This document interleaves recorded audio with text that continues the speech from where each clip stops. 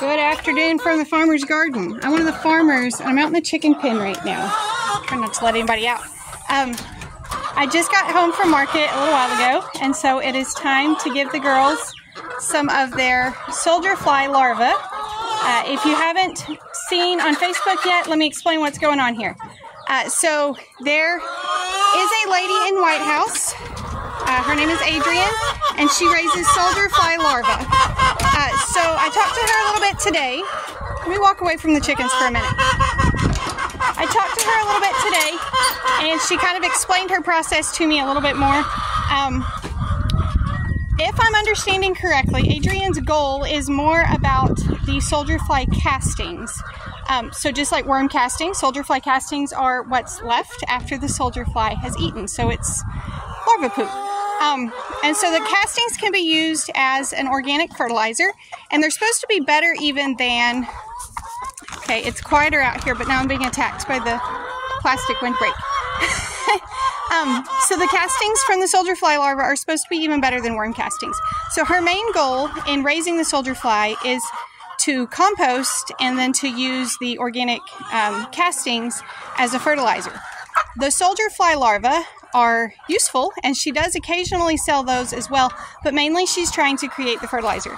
So she's been bringing these to us for about, I think this is maybe the 4th week, 3 or 4 weeks. I'll show you in a minute what they look like. They're little larvae, little maggoty looking things. And so that's what we're going to give to the chickens here in just a few minutes. The chickens are extra loud today. It's hard for me to make a video right now because they have seen this bucket. They already know what this bucket is. Hey girls.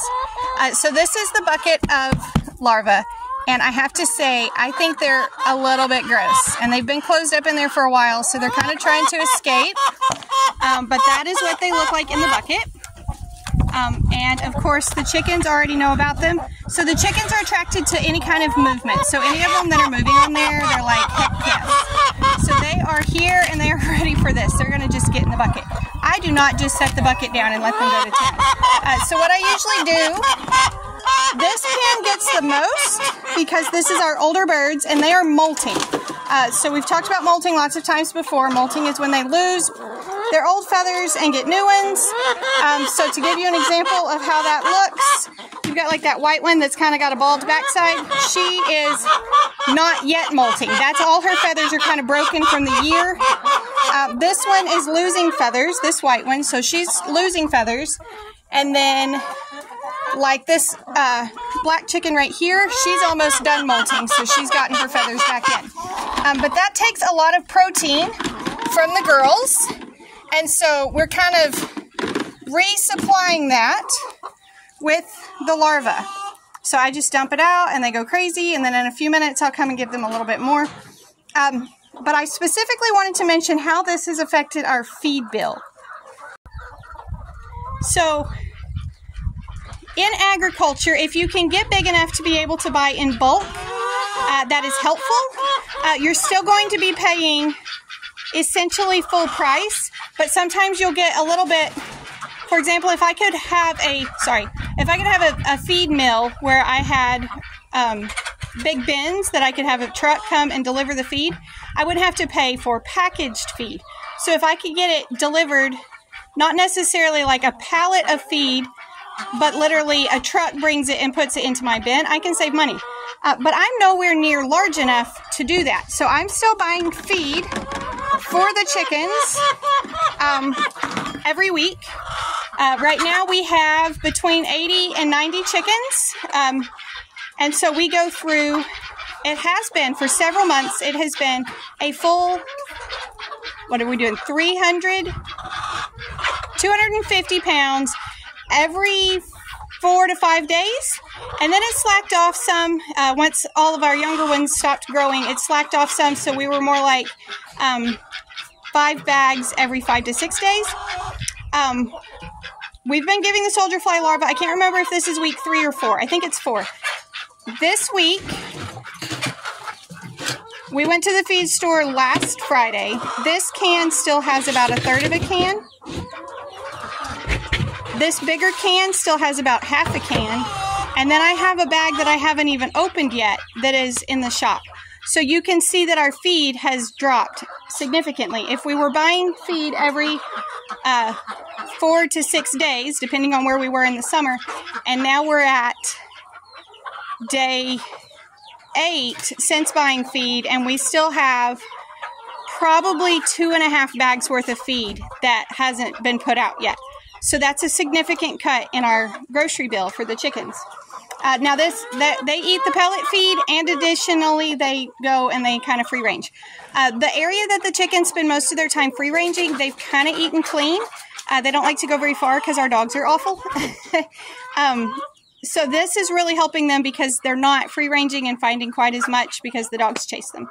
So I'm just going to let y'all see how they do. They love this stuff. The ducks have also learned about it, but it's harder for me to feed it to the ducks.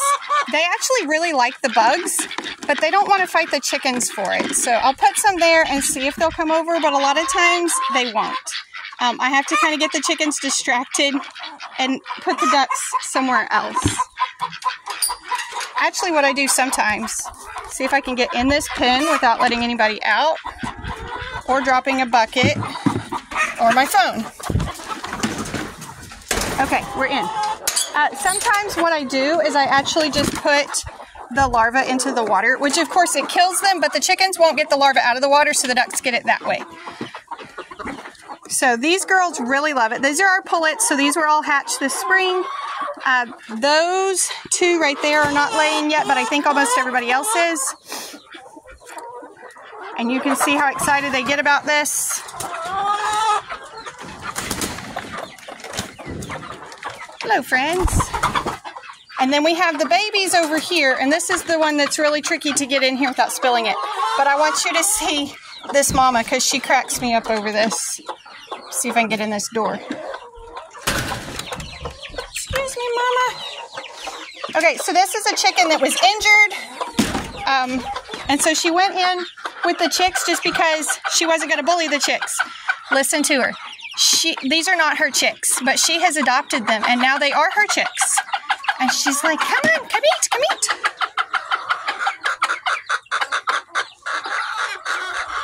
This one got into another pen and got plucked. That's why it's looking like that. So she is like teaching them how to eat over here. And so these have been great for that as well. You're so funny, Mama. Oh, Henny Penny. None of our chickens have names unless they do something really dumb. So I'm calling her Henny Penny just because she's cracking me up over here.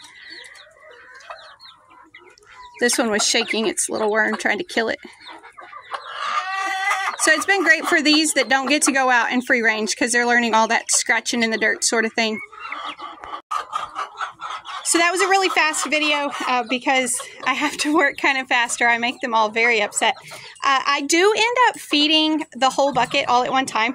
I could kind of store them and keep them over a few days and spread it out.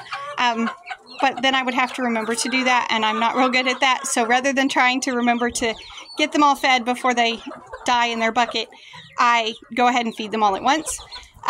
We have not noticed any sort of effect on egg laying from feeding them the bugs all at once. So at first we were like, well, we want to make sure that we don't, sometimes higher protein things that are a little bit more difficult to digest, your egg production will slack off just a little bit after they've eaten that, but we haven't seen that at all. We keep pretty good records of our egg production, and we haven't noticed that at all. So she's bringing me, I think it's been about 5 pounds each week, 3 to 5 pounds, and they're going through it. Like I say, most of it is going to those older birds over there, just since they're the ones coming through molt. But we have definitely seen a decrease in what we're spending on feed and how much we're having to feed right now. So that part has been really nice. Okay, I did end up putting a few in the duck water. They're kind of over here in the shadow, so it's hard to see. And they're more shy about the camera. But you can see they really enjoy it. And yes, their water is nasty. I promise it was dumped out and clean yesterday.